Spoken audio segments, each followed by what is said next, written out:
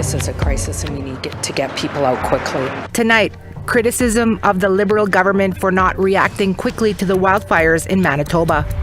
It's something that we can bring to the table and enhance their understanding of a different way of looking at salmon and salmon management. For the first time, the Atlantic region will have representation at the North Atlantic Salmon Conservation Organization.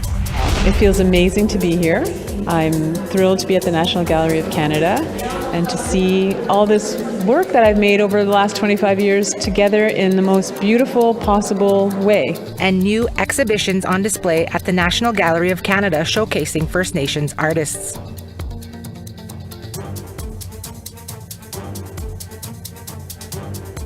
Tanissa, I'm TR Wheatley. Welcome to APTN National News to WOW, an update on the wildfires in Manitoba. According to the province's latest fire bulletin, 25 fires are burning in Manitoba. Over the weekend, thousands of evacuees arrived in Winnipeg, but some are heading to other locations, including Niagara Falls in Ontario. APTN Sierra Bettens has more. Across Manitoba, more than 17,000 people have been told to evacuate their homes due to wildfires. On Saturday, Indigenous leadership in Manitoba called on governments to urge hotels to make space for evacuees. On Monday, Manitoba Premier Wab Kinew said around 1,000 hotel rooms are set to open for evacuees. At a Monday afternoon press conference in Winnipeg, Manitoba Kiiwetinowi Ogamaganik Grand Chief Garrison Settee said they're working with the province of Ontario and Expera, a risk mitigation company, to settle evacuees in Niagara Falls. He said 600 will head there on Monday. Our people arrived there, they were being welcomed, they had food, and the lodging was there, and they had people helping coordinate events like activities for elders. So that's how you do an evacuation, and we have much to learn here in Manitoba. Settee said the majority of people in the Matthias Colomb Cree Nation have been evacuated, except some essential service workers.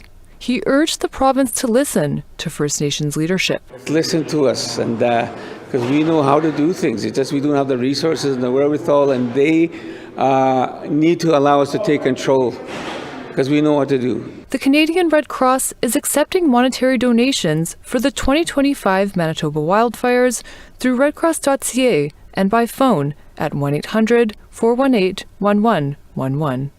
Sierra Bettens, APTN National News, Winnipeg. NDP MP Leah Gazan is taking the Liberal government to task for not reacting quickly enough to raging wildfires in Manitoba. With more, here's Fraser Needham. Therefore, I respectfully request an emergency debate to deliberate immediate actions to protect affected communities and ensure a just and effective response to this worsening crisis. Gazan rose in the House of Commons on Monday, requesting an emergency debate on the wildfires. Speaking outside the House's chamber, she said the federal government has been far too slow to respond as fires continue to devastate northern Manitoba communities. Well, you know, I've been speaking to some of the leadership in northern Manitoba who are trying to get their folks evacuated. And the response, as what I've heard, has been quite bureaucratic. People aren't getting the information that they need. And they're saying, look, people over bureaucracy, this is a crisis and we need to get people out quickly. Last week, Prime Minister Mark Carney approved a request by Manitoba Premier Wab Kinew to send in the Canadian military to assist the province with wildfire response. But Northern First Nations say they don't have enough support for evacuations or places to go. Puckatawagan, for example, because of the dire situation and because of a late response time from the federal government, they were unable to bring in planes. They were lacking in food and water. This is unacceptable. This is something that happens almost annually with a growing climate crisis, and the federal government needs to respond with the same urgency that the people in remote and northern communities are facing right now. House Speaker Francis Scarpaleggia approved the request for an emergency debate. It will take place Tuesday at the end of regular proceedings. Fraser Needham, APTN National News, Ottawa. Today, the Premiers and Prime Minister Mark Carney are in Saskatoon for the First Minister meeting. Video journalist Rachel May joins us from the event. Rachel, thanks for joining me. Can you tell us what is happening at the meeting now? So So right now in Saskatchewan, we're here at the First Minister's meeting, and this is the first one that's happened in 40 years in the province of Saskatchewan. It's currently wrapped up, and the premiers are going to be coming forward with what happened behind closed doors. The strong economy in the G7 is one of Prime Minister Mark Carney's goals, is to have the strongest economy in the G7. And he says the only way to accomplish that is if Canada comes together and we have one strong economy. What are the main concerns the premiers are bringing forward? So again, the meeting is behind closed doors, but Prime Minister Carney told all of the premiers to come forward with ideas that were important for their province. All of the premiers acknowledged that not all of their needs are going to be met. Not all of those goals will be addressed at today's meeting, but it's about working in good faith with one another so that the most benefit can happen for each province and that we can continue to have economic growth amongst the provinces. Rachel, we have heard the words national unity when speaking about this meeting. What exactly does that mean? Well, Prime Minister Carney said that this meeting is about advancing projects that are of national importance. So whether that is talks of a pipeline, whether that's talks of the wildfires that are currently burning out of control in Western Canada, or becoming a global energy superpower, that is all going to be addressed today. So, for example, Doug Ford spoke about aluminum. He said that importing it in is quite costly, and the tariffs on top of that are getting out of hand. So we're looking at ways in Canada to make sure that aluminum stays in Canada, that money stays in the country, and it's going to cost the US $1 billion. I'll have a full report on the meeting tomorrow. All right, thank you for that update, Rachel. Thank you. For the first time, First Nations in the Atlantic region will have representation when the North Atlantic Salmon Conservation Organization, NASCO, meets next month. NASCO is an international organization that conserves and restores wild Atlantic salmon in the North Atlantic. Northern governments, including Canada, cooperate to conserve salmon which have been in decline since the 1980s. The 42nd annual meeting of NASCO is taking place in Cardiff, Wales this June. And for the first time, Indigenous voices will be heard. Shelley Denny is part of the Indigenous delegation. She is a Mi'kmaq scientist and senior advisor at the Unama'ki Institute of Natural Resources. You know, Indigenous knowledge contribute a different way of looking at the world. And I think that's what's missing, right? They're in their prescriptive zone of this is the science, this is the management, whereas Indigenous peoples have always been the scientists and the managers. I think that's, the inclusivity of it all is something that we can bring to the table and bring and enhance their understanding of a different way of looking at salmon and salmon management. We want to hear what you think. Here's how you can continue the conversation. If you have a story you want to share, send us an email to news@aptn.ca. To read and watch our stories, go to aptnnews.ca. You can find us online on your favorite social media sites, including TikTok, YouTube, LinkedIn, and X. Follow APTN News to join the conversation and see our latest stories. Time now for a quick break. When we come back, a local Vancouver barbering program is offering free haircuts for people who can't afford professional services. There's a lot of work that goes behind it. People in the community want to go back to their community where they don't have a barber or they don't have a salon to get their hair done. So they're able to bring it back and work in their community.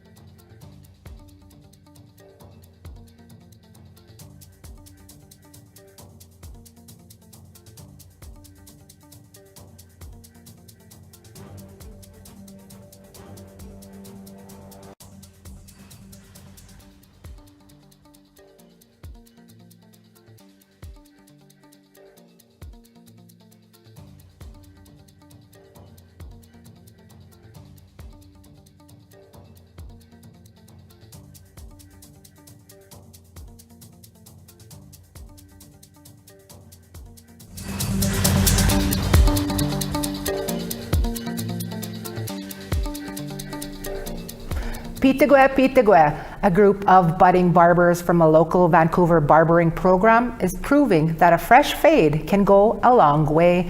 And for one day, they make self-care accessible to anyone. Simone Charlin has the story.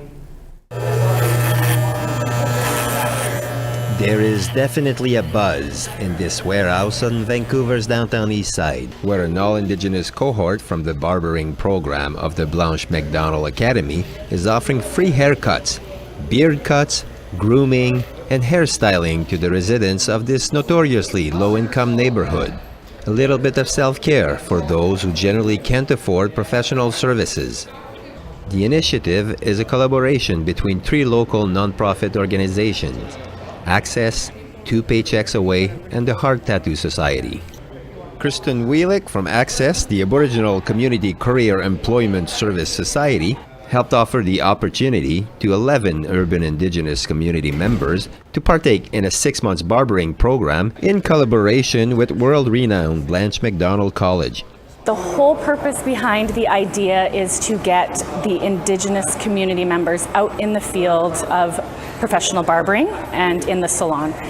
There's a lot of work that goes behind it. You know, people in the community want to go back to their community where they don't have a barber or they don't have a salon to get their hair done. So they're able to bring it back and work in their community or stay in the city and work within their community and, you know, bring happiness to those who just need a fresh haircut or a cut beard.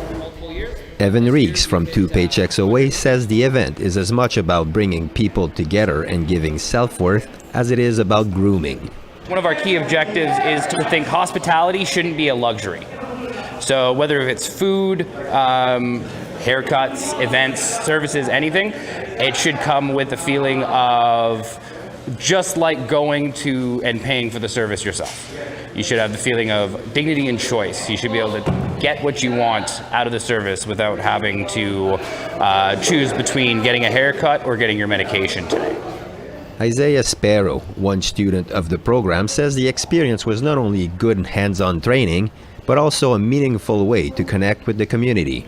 I definitely got to learn. Like I've worked with so many different textures of hair now, and it's different to see how like different hair reacts to like let's say if you're using like thicker hair, like I just like the person I just cut, she had like thicker hair, so like if you cut it to like a certain length, it'll just like poke out, you know. Whereas like if you do it with someone's like thin hair, it'll kind of just drop and everything. So it's cool to learn like that every haircut will be different, you know. Like every person that comes in will have their own like story to tell. The initiative drew a steady crowd of locals all day and got glowing reviews from all sides. She's awesome. She just did it, and I didn't even see her, just trusted her. And she did what I wanted. It was good. She was good. She was gentle, she was kind, she was talkative. I'm just so happy that they're doing this for the community. And while the clients walked out with a fresh look, crisp cut, and confidence up, the students walked away not just more skilled, but excited for the future. Pretty pumped. It's pretty awesome. Like I'm excited to graduate and actually like get out into the world and be able to like become my own barber. Simon Charlin, APTN National News, Vancouver. There was some good-looking haircuts there. 2 solo exhibitions by First Nation artists opened this week at the National Gallery of Canada in Ottawa. Before the public unveiling, media were invited for a preview of the exhibitions and the artists. Here's Annette Francis with more. Welcome to the Dream House exhibit. Inside you'll find 25 years of creations by Mohawk artist Skawanati. Well, it feels amazing to be here. I'm thrilled to be at the National Gallery of Canada and to see all this work that I've made over the last 25 years together in the most beautiful possible way. Skawanati is a multimedia artist. Her work includes more than 100 works of art, from avatars to fashion, music, video, and stills, all inspired by her love for science fiction, historical events like the Oka Crisis, and her Mohawk culture. In Mohawk traditions, the 3 sisters, corn, beans, and squash, are planted together because they nurture each other. Reflecting that tradition is Sustain Us, her most recent creation. The story of how the 3 sisters became superheroes. And so it's told in two parts. The first part is a 10-minute long machinima music video, hip hop. I wrote a song. I found 3 people to perform it, and I found a wonderful person to also make the music, because I don't know how to do that myself. And so now I have this really great machinima music video, and it has a fashion collection. Rochelle Dickinson is the National Gallery's Associate Curator of the Indigenous Ways and Colonization Department. It opened 3 years ago to be more inclusive of Indigenous peoples. We have a lot of work to do. The department's relatively new, and some of that work is to catch up on who we look at and why we look at them in terms of supporting particular kinds of artists in Canada and internationally. And we do this because the National Gallery has a history as a settler colonial space, and so Indigenous artists like Nadia were consistently underrepresented. Next door is Algonquin artist Nadia Mears' Waves of Want exhibit. She's thrilled to showcase her work.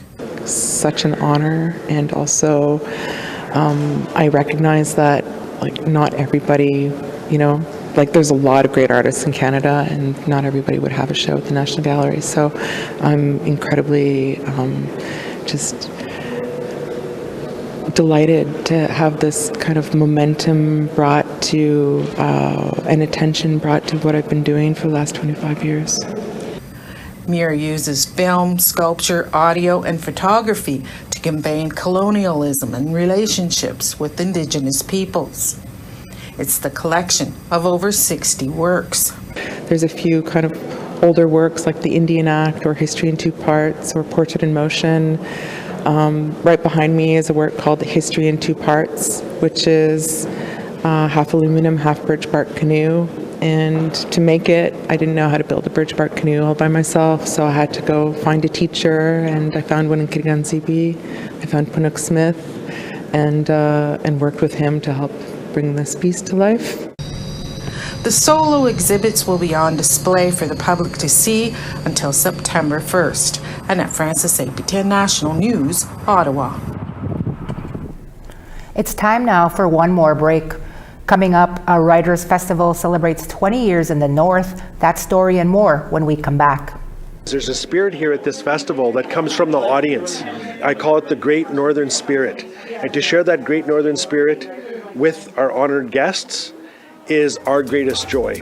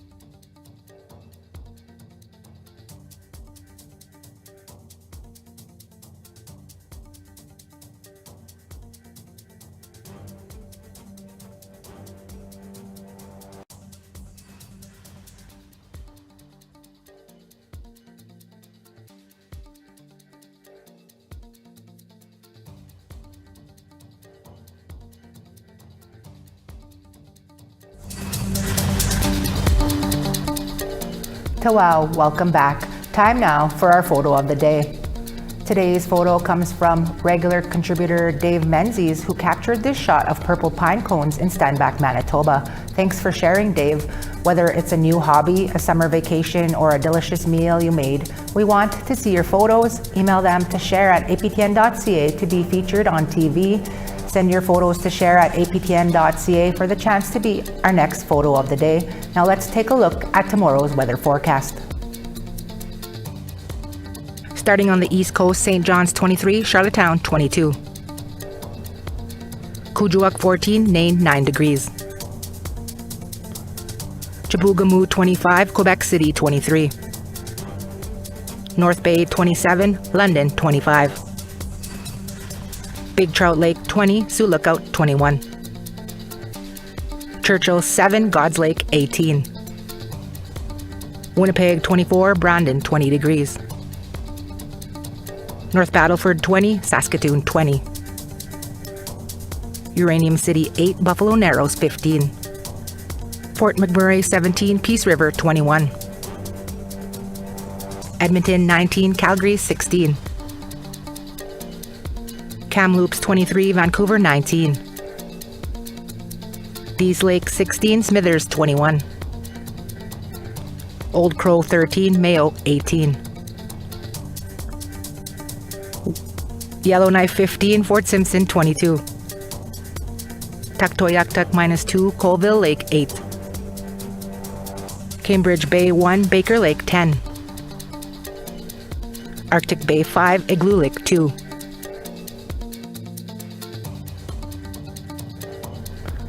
And now to Yellowknife, where video journalist Bruce Dela Cruz gives us a glimpse into the NorthWords Writers Festival and their 20th year of celebrating Northern Indigenous authors. The event, and Jesse doesn't want to do it, then they call me.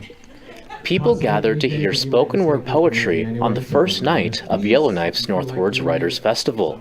Celebrating its 20th anniversary, the festival has uplifted Northern and Indigenous authors through book launches, panel discussions, and mentorships.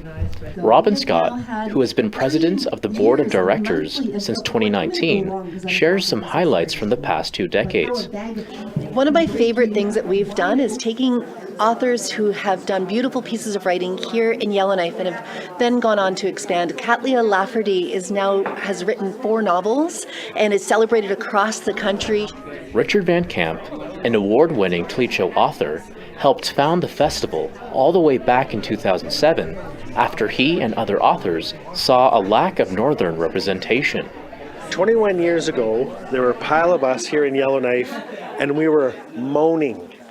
We were bemoaning the fact that, as lovers of literature and as writers, so many of us had to travel to Edmonton or Winnipeg or Toronto or Vancouver to go to writers' retreats and to listen to some of our favorite writers.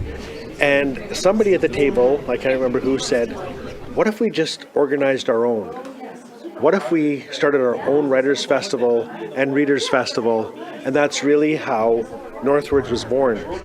Nigan Sinclair, columnist at the Winnipeg Free Press and member of APTN's Truth and Politics panel, has been invited to speak at the festival. This will be his 4th time as a guest author. What I like to say about my dad is that he was the first of every room he walked into. He shares his thoughts on the need for festivals like NorthWords that heavily feature Indigenous authors. There's very few spaces in the country in which Indigenous writers are given the opportunity to talk about what it's like. If you go to the major writing festivals in Canada, most times you're put into the Indigenous panel. There is a specific area, and most oftentimes it's attached to trauma. People want to talk about pain and colonialism. They don't talk about being Indigenous. In this festival, you can talk about it in every panel, in every place. There is Indigenous writers everywhere. Richard Van Camp left us with a parting message on why more authors should become involved with the festival. Because there's a spirit here at this festival that comes from the audience. I call it the Great Northern Spirit. And to share that Great Northern Spirit with our honored guests is our greatest joy. Over the course of the weekend, over 300 people attended the festival. From panel discussions, poetry nights, and workshops with iconic Canadian authors, there was something for everyone to enjoy. If you want to get involved with NorthWords Northwest Territories or want a heads up for next year's festival, be sure to follow them online at northwordsnwt.com. Bruce De La Cruz, APTN National News, Yellowknife. Much of Canada could have the opportunity to view the Northern Lights tonight. One forecast shows nearly all of Canada could get a glimpse of the dazzling display. Only parts of Newfoundland, Nova Scotia, and Southern Ontario, including Toronto, will miss out. You'll also need clear skies and to avoid city lights in order to see them well. And that's all the time we have for today, Monday, June 2nd. You can find more news over on our website, aptnnews.ca. I'm TR Wheatley. It's been a pleasure to be here with you tonight. Dennis Ward will be back in the host seat tomorrow. From all of us at APTN, Agase, Gitam, Kawapamitinanaw.